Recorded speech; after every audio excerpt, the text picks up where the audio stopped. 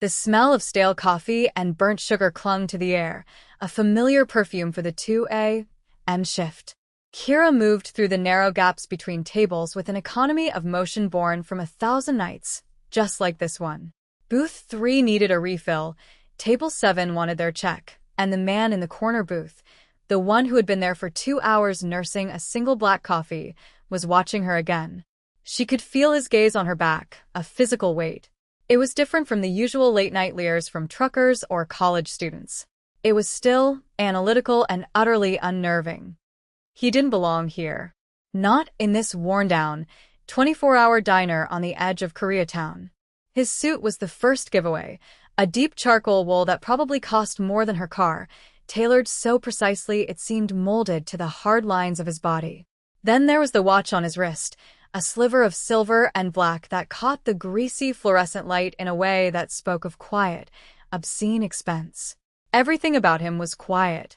He hadn't spoken a word since ordering, just sat with one hand resting on the table, long fingers perfectly still, as if waiting for the world to come to him. Kira grabbed the carafe of coffee, her sneakers squeaking softly on the linoleum. She told herself he was just some corporate executive working late, maybe lost on his way to a sleeker part of the city. But executives fidgeted.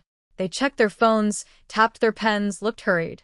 This man looked like he had all the time in the world, and that the world had better be on its best behavior for him. She approached his table, forcing a practiced, tired smile onto her face. More coffee? He didn't answer immediately. His eyes, dark and sharp as obsidian chips, lifted from the swirling depths of his cup to her face. They held her there for a beat too long, and the professional smile on her lips felt brittle, thin as ice. He gave a single, almost imperceptible nod. She leaned forward, pouring the steaming liquid. Her focus was on not spilling a drop, on the dark circle widening in his cup. As she pulled the carafe back, his hand, the one that had been so still, moved. It wasn't fast, it wasn't aggressive, but it was unexpected. His fingers brushed the side of the carafe as he reached for a sugar packet. The slight contact was enough. The pot tilted, and a cascade of ice water from the glass she'd set down earlier sloshed over the side of the table, directly onto the front of her apron and the thin cotton of her uniform shirt beneath. The shock of the cold was instant, a gasp of icy wetness against her skin. It was the last straw on a long, exhausting night. Frustration, hot and sharp, flared through her. All she wanted was to finish her shift, go home, and fall into bed. Without thinking, without looking at him, she hissed the words under her breath, a bitter phrase learned from a former roommate during late-night study sessions fueled by convenience store ramen. It was a satisfyingly sharp curse, meant only for herself. Damn it, really crazy bastard. The words were a ghost of a whisper, swallowed by the diner's ambient hum. She reached for a stack of napkins, ready to mop up the mess and move on. A low voice, smooth as polished stone, cut through the noise. Repeat that. Kira froze, napkins clutched in her hand. She slowly lifted her head. He was looking at her, truly looking at her now. The polite disinterest was gone, replaced by an intensity that made the air feel thin. A faint, almost imperceptible smile touched the corner of his mouth, but it held no warmth. It was the smile of a predator that had just seen its prey do something fascinatingly stupid. "This time," he said, his voice dropping even lower, each word deliberate and clear. "Look at me." The diner, with its sticky tables and buzzing lights, seemed to fall away. There was only the man in the charcoal suit and the impossible demand hanging in the air between them. Her heart hammered against her ribs, a frantic, trapped bird. He had heard her. He had understood her. And for some reason, that fact didn't make him angry. It made him interested. Kira had the sickening feeling that his interest was infinitely more dangerous than his anger. The clock on the wall ticked past 3 a.m., and the last of the truckers paid their checks and shuffled out into the pre-dawn gloom. Her manager, a perpetually weary man named Sal, started flipping chairs onto tables. But the man in the corner booth didn't move. Kwon Min-jun, the name he'd given her when Sal had tried to intervene, had paid his bill with $100 bill and waved off the change, but he remained seated, his gaze fixed on Kira. He hadn't raised his voice. He hadn't made a threat. He had simply created a bubble of impenetrable silence around his table that no one dared to breach. Sal had tried, puffing out his chest. "Sir, we're closing up." Minjun had looked at him, a slow, deliberate turn of his head. He said nothing. He just looked. Sal's bravado deflated like a cheap balloon. He'd muttered something about taking out the trash and scurried into the back. Kira was alone with him. "Where did you learn to speak my language?" he asked again. The question was soft, but it landed like a stone. "A friend," she said, her voice tight. She was wiping down the counter, her movements jerky and inefficient.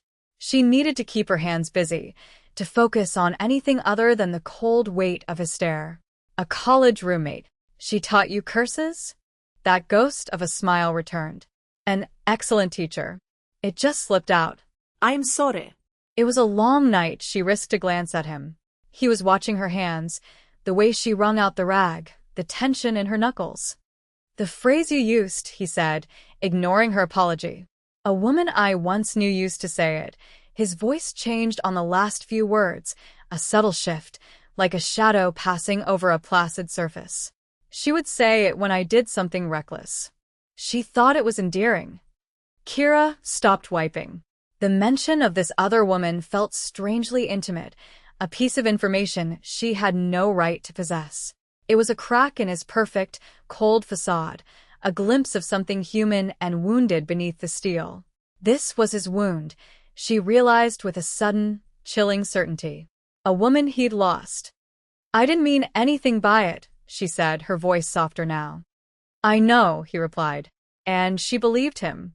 He leaned forward slightly, his tailored suit shifting without a wrinkle. "But now you are a complication." Before she could ask what he meant, the night exploded. The squeal of tires on asphalt was the first sound, followed by the percussive crack of the diner's plate glass window shattering inward. Glass sprayed across the checkered floor like diamonds. Kira screamed, dropping to the floor instinctively, her hands flying up to cover her head. Another series of sharp reports followed. Muffled shouts from outside. Minjun moved with a speed that defied his earlier stillness. In one fluid motion, he was over the table and pulling her behind the relative safety of the steel counter. His body was a solid wall against her back, shielding her. The scent of his cologne, something clean and sharp, like cedar and cold night air, filled her senses, a strange anchor in the chaos. He drew a gun from a holster she hadn't even suspected was there. It looked like a natural extension of his hand, dark and lethal. He peered over the counter, his expression calm, his eyes narrowed in tactical assessment. There was no panic in him, only a terrible, focused quiet. Through a gap between the syrup dispensers, Kira could see a black sedan parked haphazardly across the entrance, its doors flung open. 2 men were using it for cover, firing towards the diner. A third was trying to move along the side of the building. Minjun was focused on the 2 in front. He was calculating angles, waiting for his moment. He couldn't see the third man, but Kira could. In the polished chrome of the espresso machine, she saw a distorted reflection, a figure in black, gun raised, creeping towards the side door that led to the kitchen. The door Sal had propped open to take out the trash. He was flanking them. She had a choice. She could stay quiet.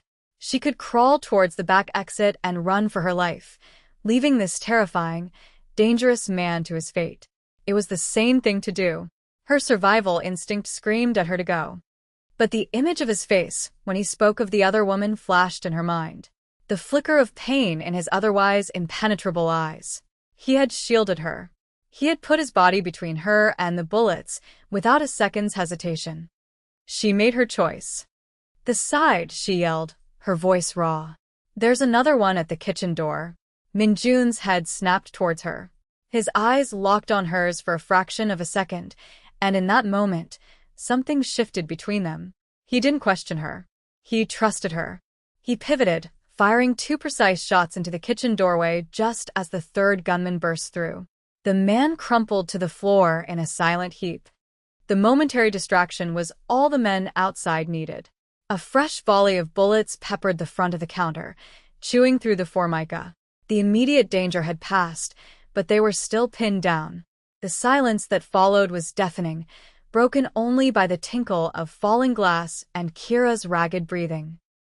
Minjun moved closer to her, pressing them both into the cramped space behind the counter. The smell of gunpowder was sharp in the air. He put one hand on the wall beside her head, his other still holding the gun, effectively caging her in. His chest rose and fell in a steady rhythm, his control absolute even now. "You saved my life," he said. It wasn't a thank you. It was a statement of fact. A fact that had just changed everything.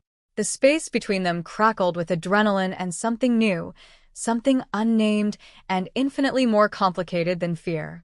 He was no longer just a customer, and she was no longer just a waitress.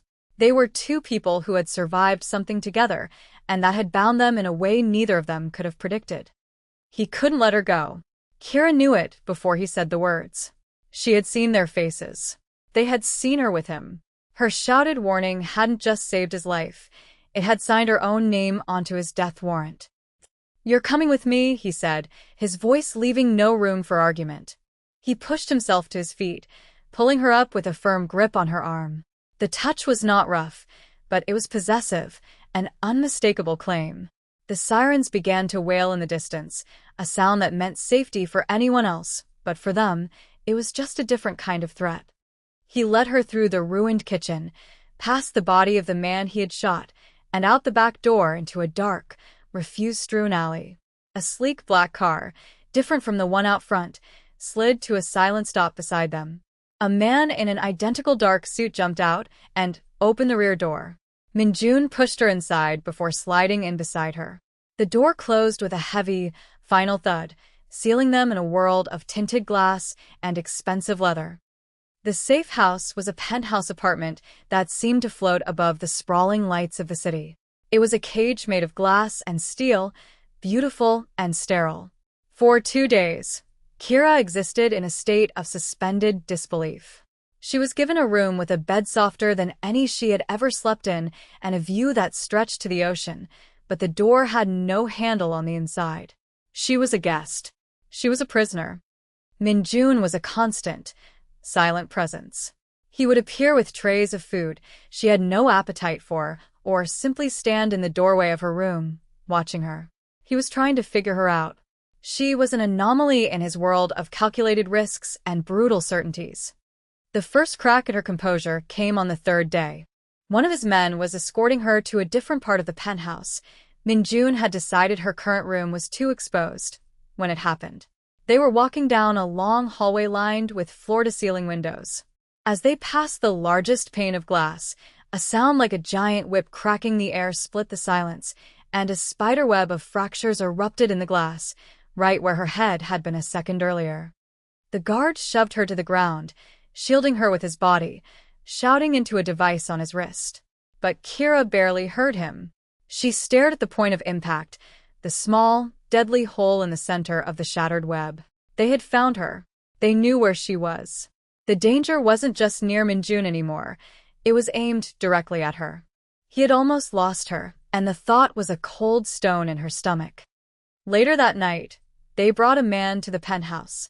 He was one of them, one of the Park family soldiers who had been part of the sniper team. They dragged him into the vast living room, his face bruised and defiant, and threw him onto the floor in front of Minjun. Kira stood by the window, wanting to run, but frozen in place. Minjun circled the man, his movements slow and predatory. He asked questions in a low, calm voice, but the man just spat blood on the white marble floor. Minjun's jaw tightened. He looked over at Kira, and for the first time, she saw a flicker of hesitation in his eyes. He didn't want her to see this part of his world. The captured soldier followed his gaze and sneered at Kira. "Is this the new whore? You kill one woman, you just find another to warm your bed." Something inside Kira snapped. It wasn't just the insult. It was the reference to the woman Minjun had lost, the casual cruelty of it. It was the sniper bullet that had almost taken her life. A cold, clear rage she didn't recognize as her own rose up inside her. On a low glass table nearby sat a heavy, square ashtray. She walked over, picked it up, its weight solid and real in her hand. She didn't brandish it. She just held it.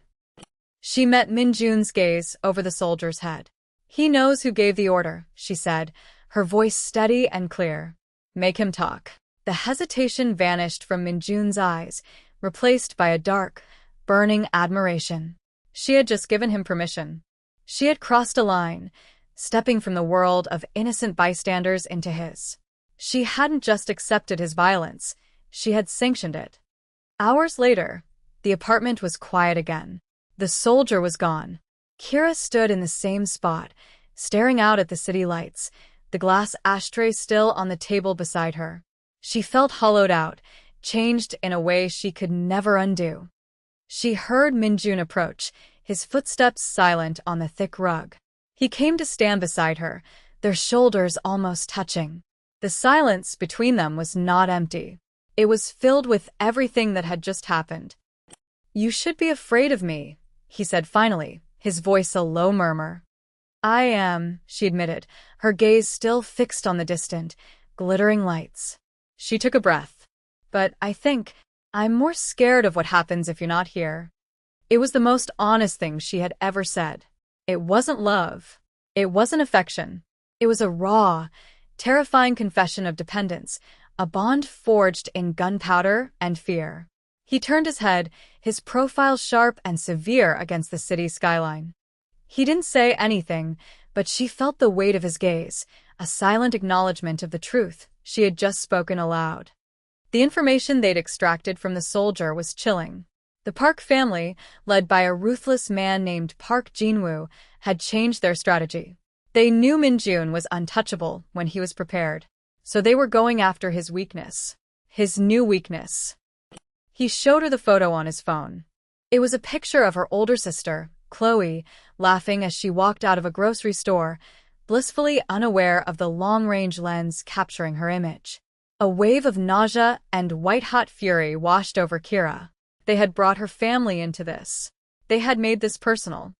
Min-jun's plan was swift and brutal, a full-scale assault on the Park family's central compound, a restaurant they used as a front. He intended to cut the head off the snake.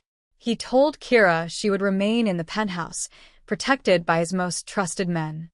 "No," she said, the word flat and absolute. He turned to her, his brow furrowed. "This is not a negotiation." "Park Jin-woo," she said, her mind racing, connecting dots she hadn't even realized were there. "He came into the diner once about a month ago, with a group of his men. They were loud, arrogant." She remembered the order.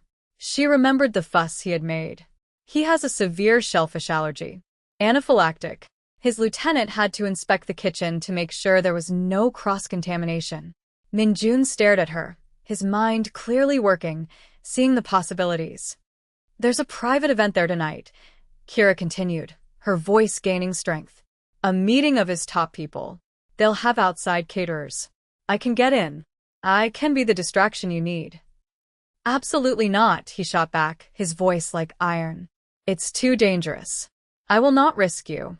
"You're not risking me," she countered, stepping closer to him, forcing him to meet her gaze. "You're using an asset. This is my fight now, too. They went after my sister. I'm not going to hide in a glass tower while you fight it for me."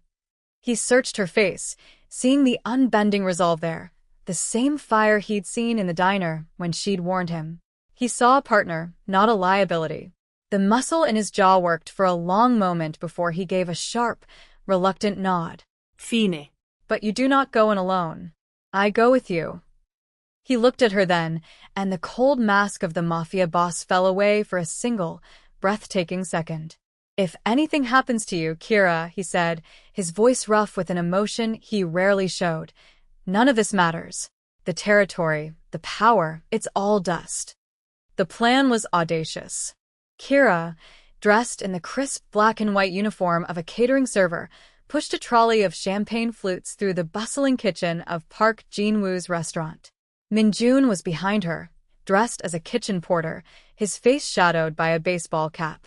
The air was thick with the smells of garlic and roasting meat, and the clang of pots and pans was a frantic drumbeat beneath the thrum of her own pulse.